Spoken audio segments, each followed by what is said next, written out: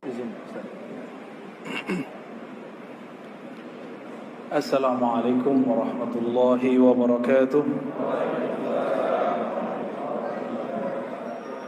Alhamdulillahilladzi qala an nafsihi laysa kamitslihi syai' wa huwas samii'ul basir. Walhamdulillahilladzi ja'alana minal muwahhidin. Walhamdulillahilladzi ja'alana min ummati sayyidina Muhammad sallallahu alaihi wasallam. Amma ba'du. Allahumma salli wa sallim wa barik ala sayyidina Muhammadin al-Fatih lima ughliq wal khatim lima sabaq nasirul haqqi bil haqqi wal hadi ila siratal mustaqim wa la alihi haqqa qadrihi wa miqdarihi al-'azim. Para tuan guru, para masyayikh, para kiai yang dimuliakan Allah, jamaah yang ingin akidahnya murni, saya pun sedang berusaha selalu memurnikan akidah saya. Jadi saya ini bukan merasa paling murni, tapi sedang berusaha menghubungkan kalbu ini dengan kalbu Rasulullah, menghubungkan akal kita dengan pemahaman Rasulullah sallallahu alaihi wasallam, menghubungkan ruh kita dengan ruh Rasulullah sallallahu alaihi wasallam. Akidah ahlu sunnah itu tidak keluar dari Al-Quran dan sunnah. Cuma sayang, sifat 20 yang dulu mudah itu sekarang dianggap sulit karena tidak bersanad. Maka sekarang malam ini saya ringkas. Mau gak dapat ringkasannya? Mau? Ya. Jadi ternyata tauhid itu kalau mau dibagi-bagi bisa banyak.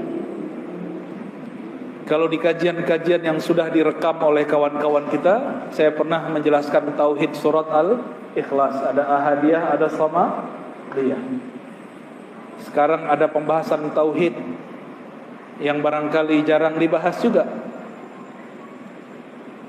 yang dituliskan dalam surat Asy-Syura ayat 11. Di lafaz awalnya disebut falikul habbi wan nawa. Ini disebut dengan tauhid af'al. Apa namanya? Tauhid af'al. Bahwa tiada di alam semesta ini yang berbuat, yang berperan kecuali Allah Subhanahu wa taala. Kenapa Allah sebut habbi? Kenapa Allah sebut biji? Biji itu kecil sekali.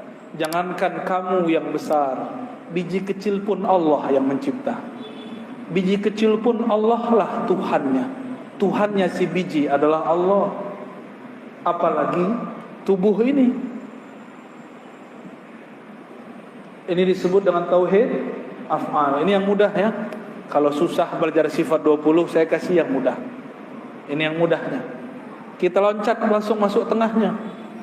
Laisa kamitslihi syai'. Laisa, tiada, kamitslihi, yang seperti semisalnya. Itu dua tuh, ka misli. Ka seperti, misli semisalnya. Jangankan mirip dengannya, mirip dengan yang semisalnya pun tiada. Paham? Laisa kamitslihi syai', sesuatu pun. Tapi Al-Imam Fakhruddin Ar-Razi, nama saya Ar-Razi tapi bukan Fakhruddin ya, itu Fakhruddin Ar-Razi. Ternyata imam ini dikafirkan oleh kelompok ekstrim ya, cuma karena dia tidak sesuai dengan kelompok Hanabilah di zamannya. Apa kata Imam Fakhruddin Ar-Razi? Laisa kamitslihi syai'. Ka di situ menguatkan misli. Artinya tiada yang serupa dengannya sesuatu pun. Coba bayangkan semua yang kita tahu. Coba bayangkan. Sudah. Coba bayangkan semua yang kita tahu. Mulai dari malaikat, aras, kalau tahu. Pernah ke ujung bumi? Ujung Medan aja belum ya. Udah pernah ke ujung Sumatera? Udah pernah ke Sabang belum? Udah pernah ke Mentawai belum? Loh, jangankan ujung langit, ujung bumi pun kita belum lewati. Ujung Sumatera pun kita belum lewat, apalagi ujung langit.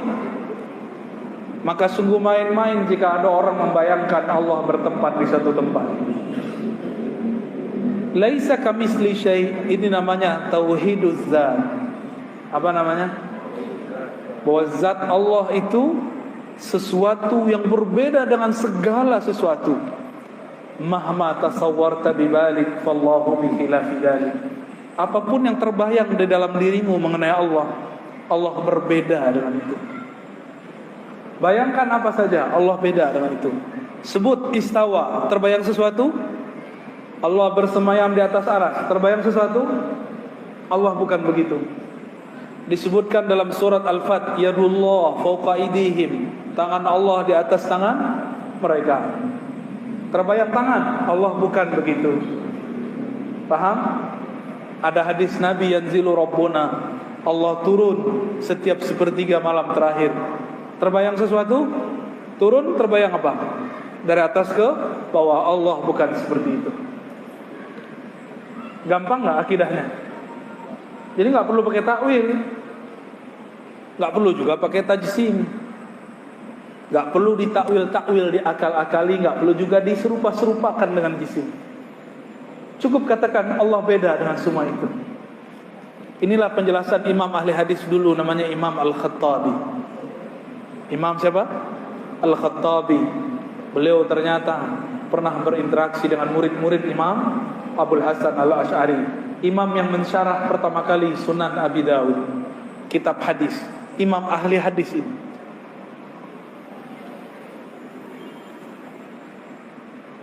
Terus di ujung ayat, wa huwas sami'ul basir. Dia yang maha sami', maha mendengar. Dia yang maha melihat. Ini disebut dengan tauhid sifat, dan juga disebut dengan tauhid asma, atau asma dan sifat. Allah menyebut dirinya sami' basir, tapi Allah juga sebut manusia dalam surat Al-Insan, faja'alnahu sami'an basira. Kami jadikan manusia mendengar dan melihat. Apa bedanya? Bedanya wa huwas sami'ul basir. Itu pakai alif lam, yang ini tidak pakai alif lam. Yang pakai alif lam itu Allah Subhanahu wa taala. Alif lam bagi ahli nahwu menunjukkan satu makna ma'rifah. Bagi ahlul haqiqah diartikan ini kesempurnaan, kamaliyah Allah Subhanahu wa taala. Alifnya alif kamaliyah, jamaliyah. Lamnya lam jalaliyah, keagungan Allah Subhanahu wa taala. Jadi berapa tauhid kita? Tauhid af'al, tauhid zat, tauhid asma dan sifat. Tapi tauhid asma sifat kita beda dengan asma sifat kelompok sebelah. Kelompok sebelah memaksakan bahwa Allah itu bertempat.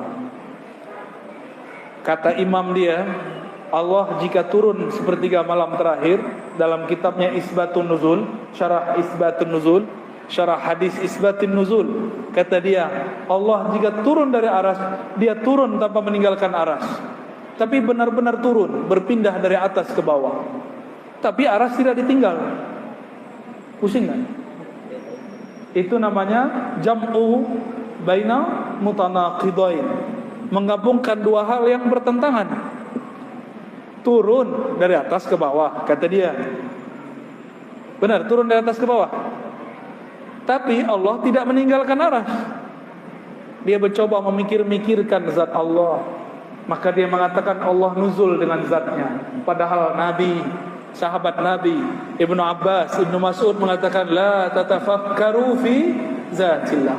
Jangan pernah fikirkan zat Allah. Dia fikirkan zat Allah. Disitulah halalnya, zallatnya, kekeliruan daripada imam yang bernama Ibnu Taimiyah. Dan itu harus diakui. Siapa yang pertama lagi berbicara bukan saya, tapi muridnya sendiri bernama Imam Az-Zahabi, Imam Ibnu Katsir. Dua murid ini pernah berbicara. Imam Zahabi terang-terangan, kata beliau, seandainya guruku tidak mengatakan istawa dengan zat, maka dia benar-benar jadi salaf. Maka saya sampaikan cinta saya kepada teman-teman yang mengaku salafi. Jika antum benar-benar ikut ulama salaf, hapuslah lafaz zat. Katakan nuzul turun, selesai. Tidak usah bayangkan. Tak katakan istawa, selesai, tidak usah diterjemahkan. Katakan niat, tapi bukan niat ini. Tapi jangan ditakwil, dibayang-bayangkan. Ya. Namun zaman ini zaman yang sudah berbeda. Orang-orang sudah banyak mulai terjebak pada menyerupakan Allah dengan benda. Disitulah ilmu Imam Ghazali mulai dipakai. Apa kata Imam Ghazali? Berjal ilmu kalam, ilmu akidah itu sebenarnya tidak wajib sampai ada umat tergelincir. Sekarang kita dengar langsung mereka mengatakan akidah Asy'ariyah sesat. Benar gak? Ini Medan sudah dikepung, Pak. Medan sudah dikepung. Mereka sudah punya kampus. Kapan Wasliyah punya kampus? Kapan NU di sini punya kampus? Kalau Muhammadiyah sudah ada, tapi Muhammadiyah tidak bergerak di bidang itu. Ya ulama-ulama, tuan-tuan guru yang ahlu sunnah di sinilah harus buat kampus. Kalau bisa buat juga yang tidak berbayar. Kadang-kadang orang mau menukar akidahnya cuma karena gratisan, karena merasa hidup susah, tidak bisa bayar SPP, kemudian ganti akidah. Ini yang terjadi. Jika dia awal-awal sudah ganti akidahnya, apalagi nanti ketika dia selesai. Maka kita doakan semoga tuan guru kita yang ada di sini yang Ahlus Sunnah, mereka diperkuatkan oleh Allah, diilhamkan supaya berani, supaya tidak takut kecuali hanya kepada Allah Subhanahu wa taala.